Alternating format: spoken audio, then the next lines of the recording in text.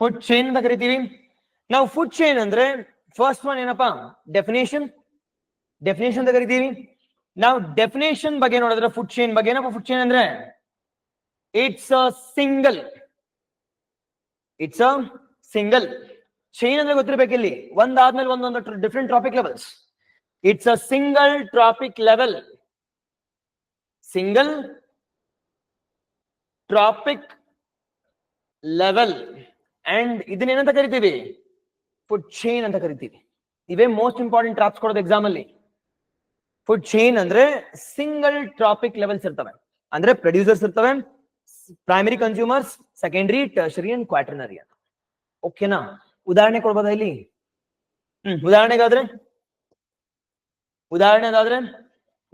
ಆದ್ರೆ ಮೇಜರ್ ಆಗಿ ಗಿಡ ಆಗಿರ್ಬೋದು, ಗಿಡ ಮರ. ಈ ಗಿಡ ತಿಂತಕ್ಕಂತ ಪ್ರಾಣಿಗಳು ಯಾವ್ಯಾವ ಇರ್ಬೋದಿಲ್ವಿ?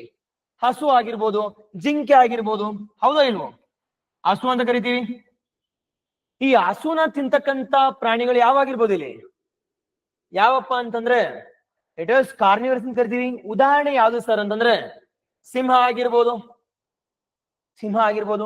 ಈ ಸಿಂಹನ ತಿಂತಕ್ಕಂತ ಪ್ರಾಣಿಗಳು ಯಾವುವು ಸರ್ ಅಂತಂದ್ರೆ ಹದ್ದುಗಳಾಗಿರ್ಬೋದು, ಅಥವಾ ವಲ್ಚರ್ಸ್ ಆಗಿರ್ಬೋದು. ಅದನ್ನ ಈಗಲ್ ಅಂತ ಕರಿತೀವಿ, ಅಥವಾ ಹದ್ದುಗಳು ಅಥವಾ ವಲ್ಚರ್ಸ್ ಅಂತ ಕರಿತೀವಿ. ಈ ಸಿಂಗಲ್ ಲೈನ್ ಈಕ್ವೇಶನ್ ನ ಏನಂತ ಕರಿತೀವಿ? ಇಟ್ ಇಸ್ ಫುಡ್ ಚೈನ್ ಅಂತ ಕರಿತೀವಿ, ಫುಡ್ ಚೈನ್ ಅಂತ. ಓಕೆನಾ?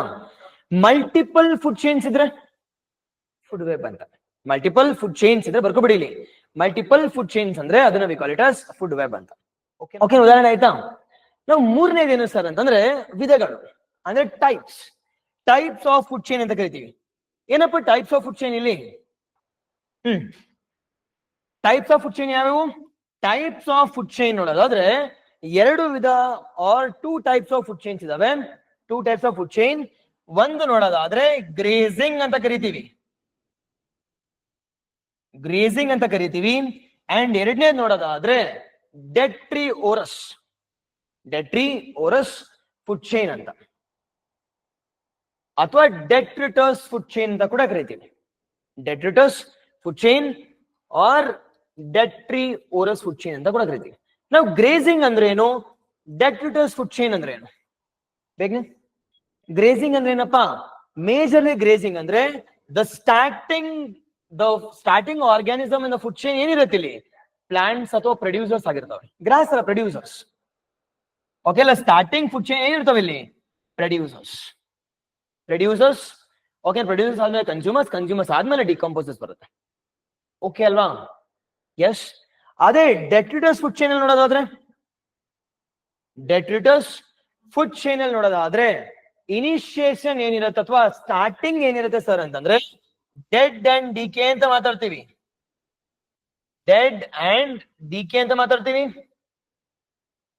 ಡೆಡ್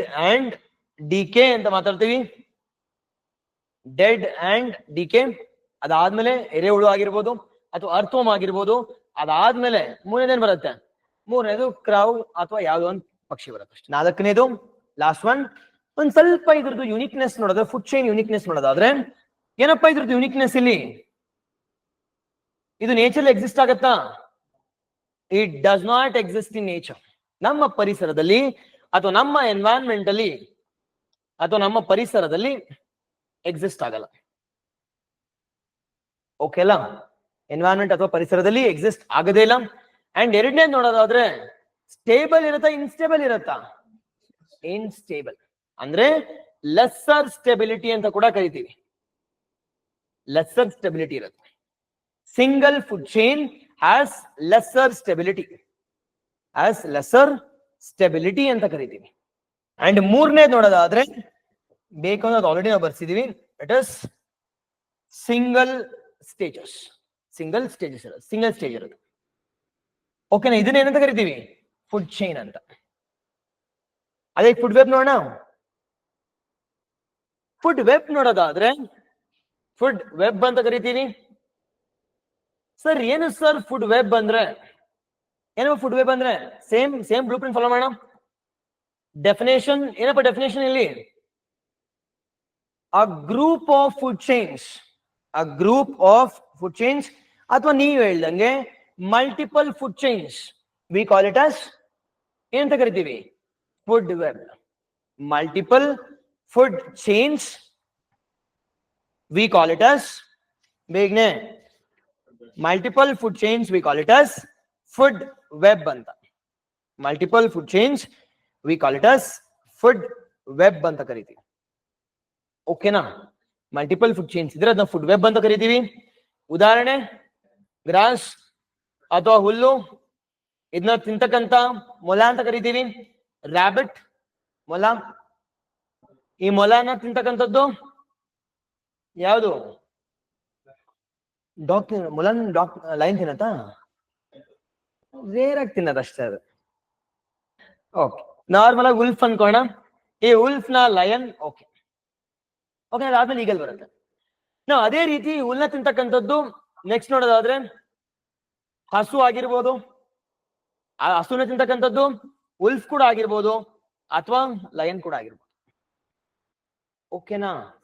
ಎಸ್, ನಾನು ಡಿಫ್ರೆಂಟ್ ಎಕ್ಸಾಂಪಲ್ಸ್ ಕೊಡ್ತೇನೆ, ಮತ್ತೆ ಡಿಫ್ರೆಂಟ್ ಸ್ಟೇಜಸ್ ಮಿಸ್ ಮಾಡ್ತಾ ನಾನು. ಹಿಂಗೆಲ್ಲ ಎಕ್ಸಿಸ್ಟ್ ಆಗುತ್ತೆ ಇನ್ ರಿಯಾಲಿಟಿ. ಹೆಂಗಂದ್ರೆ ಎಕ್ಸಿಸ್ಟ್ ಆಗುತ್ತೆ. ಓಕೆನಾ? ಅದೇ ರೀತಿ ಈ ಹುಲ್ನ ತಿಂತಕ್ಕಂಥದ್ದು ಜಿಂಕೆ ಕೂಡ ಆಗಿರ್ಬೋದು.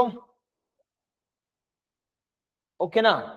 ಈ ಜಿಂಕೆನ್ ತಿಂತಕ್ಕಂತ ಉಲ್ಫ್ ಕೂಡ ಆಗಿರ್ಬೋದು, ಲಯನ್ ಕೂಡ ಆಗಿರ್ಬೋದು. ಓಕೆನಾ? ಎಸ್, ಇದನ್ನ ಏನಂತ ಕರಿತೀವಿ? ಫುಡ್ ವೆಬ್ ಅಂತ. ನಾವ್ ಇದ್ರದ್ದು ಯುನಿಕ್ನೆಸ್ ಒಂದ್ ಸ್ವಲ್ಪ ನೋಡೋದಾದ್ರೆ, ಏನಪ್ಪಾ ಯುನಿಕ್ನೆಸ್ ಇಲ್ಲಿ? ಇಟ್ ಇಸ್ ಮೋರ್ ಸ್ಟೇಬಲ್ ಅಂತ ಮಾತಾಡ್ತೀವಿ. ಹೌದು, perfect. It is nature exist ಆಗಿರುತ್ತೆ. ನೋಡಿ, ಇಲ್ಲಿ ನೇಚರ್ ಎಕ್ಸಿಸ್ಟ್ ಆಗಿಲ್ಲ, ಇಲ್ಲಿ ನಮ್ಮ ಒಂದು ಪರಿಸರದಲ್ಲಿ ಎಕ್ಸಿಸ್ಟ್ ಆಗುತ್ತೆ, ನೇಚರ್ ಅಲ್ಲಿ ಎಕ್ಸಿಸ್ಟ್ ಆಗುತ್ತೆ. It exist in nature. And ಎರಡನೇದು ನೋಡೋದಾದ್ರೆ ಇಟ್ ಇಸ್ ಮೋರ್ ಸ್ಟೇಬಲ್ ಅಲ್ವಾ? ಯಾವುದೇ ಒಂದು ಸ್ಪೀಶೀಸ್ ಎಕ್ಸಿಸ್ಟ್ ಆದ್ರೂ ಆರ್ ಎಕ್ಸ್ಟೆಂಟ್ ಆದ್ರೂ ಕೂಡ it will have lesser impact ಅಂತ. It will have lesser impact. ಏನಕ್ಕೆ ಸರ್ ಅಂತಂದ್ರೆ interconnectedness of food chains ಇದಾವೆ. Interconnectedness of food chains ಅಥವಾ multiple group of food chains ನ ಏನಂತ ಕರಿತೀವಿ? ಫುಡ್ ವೆಬ್ ಅಂತ ಕರಿತೀವಿ. ಫುಡ್ ವೆಬ್ ಅಂತ. ಓಕೆನಾ? ಎಸ್, ಅಷ್ಟೇ. ಎಕ್ಸಾಮ್ ಅಲ್ಲಿ ಈ ಥೀಮಿಂದ ಕೇಳಿದ್ರೆ ಇಷ್ಟೇ.